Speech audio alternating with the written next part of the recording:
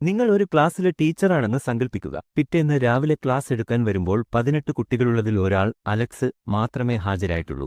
ബാക്കി 17 പേരെ കാണാനില്ല. തലേദിവസം കൃത്യം രാത്രി 2 മണി കഴിഞ്ഞ് 17 മിനിറ്റിന് അവർ എല്ലാവരും വീട് വിട്ട് കാട്ടിലേക്ക് ഓടിപ്പോയത്രേ. ഇതുകൊണ്ട് ടീച്ചറായ നിങ്ങളുടെ മനസ്സ് എങ്ങനെയുണ്ടാകും? എന്തുകൊണ്ടാണ് 17 കുട്ടികൾ കാണാതായത്? എന്തിനാണ് കൃത്യം രാത്രി 2 മണി കഴിഞ്ഞ് 17 മിനിറ്റിന് ഓടിപ്പോയത്? എന്തുകൊണ്ട് അലക്സ് മാത്രം വന്നു? ഈ ചോദ്യങ്ങൾക്കെല്ലാം ഉത്തരം കണ്ടെത്തുകയാണ് വെപ്പൺസ് 2025 എന്ന ഹോളിവുഡ് സിനിമയിലൂടെ.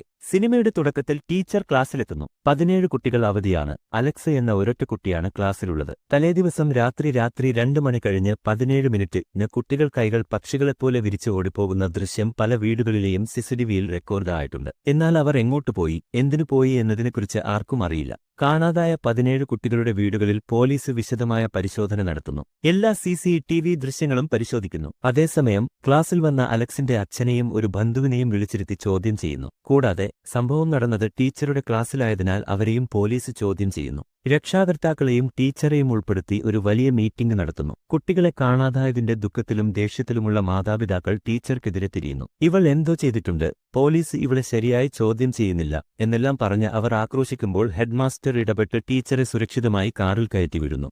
വീട്ടിലേക്ക് പോകുന്നതിനു മുമ്പ് ടീച്ചർ ഒരു സൂപ്പർമാർക്കറ്റിൽ പോയി മദ്യക്കുപ്പികൾ വാങ്ങുന്നു. വീട്ടിലെത്തി വാതിലടച്ച് മദ്യം കഴിച്ച് വിഷാദത്തിലായിരിക്കുമ്പോൾ വാതിലിൽ ആരോ തട്ടുന്ന ശബ്ദം കേട്ടു. പുറത്തിറങ്ങി നോക്കിയപ്പോൾ ആരെയും കണ്ടില്ല. തിരിച്ചു വരുമ്പോൾ വീണ്ടും തട്ടി. ദേഷ്യത്തോടെ പുറത്തുവന്ന് നോക്കിയപ്പോൾ അവിടെ ആരുമില്ലായിരുന്നു. എന്നാൽ അവരുടെ കാറിൽ ആരോ വിച്ച് എന്ന് പെയിന്റ് കൊണ്ട് എഴുതിവെച്ചിരുന്നു. കുട്ടികളെ കടത്തിക്കൊണ്ടുപോയത് ടീച്ചറാണെന്ന് ആളുകൾ സംശയിക്കുന്നതിന്റെ സൂചനയാണിത്. പിറ്റേന്ന് സ്കൂളിലെത്തിയ ടീച്ചർ HMനോട് ജോലിയിൽ തുടരാമോ എന്ന് ചോദിക്കുമ്പോൾ കുറച്ചുനാൾ വിശ്രമിക്കുന്നതാണ് നല്ലതെന്ന് അദ്ദേഹം പറയുന്നു. അലക്സുമായി സംസാരിക്കാൻ ശ്രമിക്കരുതെന്നും അവൻ ഇതിനോടകം പോലീസ്, മാധ്യമങ്ങൾ എന്നിവരുമായി സംസാരിച്ച് ആകെ ഭയപ്പാടിലായിരിക്കുമെന്നും HM ഉപദേശിക്കുന്നു. കാറിൽ വിച്ച് എന്ന് എഴുതിയതിനെക്കുറിച്ച് ടീച്ചർ പോലീസിൽ പരാതി നൽകുന്നു. ഈ ടീച്ചറുമായി സൗഹൃദമുള്ള ഒരു പോലീസുകാരൻ പിന്നീട് ഒരു ബാറിൽ വെച്ച് അവരെ കാണുന്നു. സുരക്ഷിതമായി വീട്ടിലിരിക്കാൻ ഉപദേശിക്കുന്ന പോലീസുകാരനോട് തന്നെ പിന്തുടർന്ന് കാറിൽ എഴുതിയവനെ കണ്ടെത്താൻ സഹായിക്കണമെന്ന് ടീച്ചർ ആവശ്യപ്പെടുന്നു. എന്നാൽ പോലീസുകാരൻ ഉപദേശം തുടർന്നു. അവർ ഒരുമിച്ച് രാത്രി അവിടെ താമസിക്കുകയും പിറ്റേന്ന് പോലീസുകാരൻ ടീച്ചറെ ഒഴിവാക്കി പോകാൻ ശ്രമിക്കുകയും ചെയ്യുന്നു.